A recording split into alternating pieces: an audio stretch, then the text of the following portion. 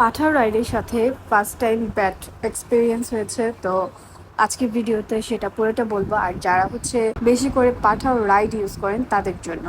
তো আমি যেহেতু সবসময় পাঠাও ইউজ করি, আমার প্রায় 1 বছর হয়ে গিয়েছে পাঠাও আমি ইউজ করি। আমার যেহেতু ইভেন্ট থাকে, তো ইভেন্টে যাওয়ার জন্য তাড়াতাড়ি পাঠাও বাইক রাইড নেওয়া। কিছুদিনের আগের ঘটনা এটা। আমার হচ্ছে তাড়াতাড়ি যাওয়া লাগবে, তো আমি একটা রাইড কল করি।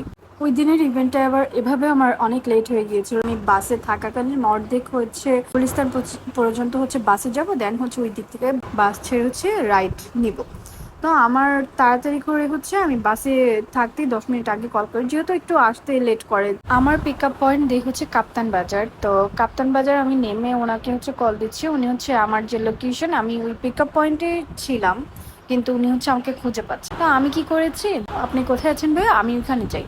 তো অনেকক্ষণ, অনেক মানে প্রায় হচ্ছে 15 মিনিট আমার এভাবে চলে গেছে ওনাকে খুঁজতে খুঁজতে।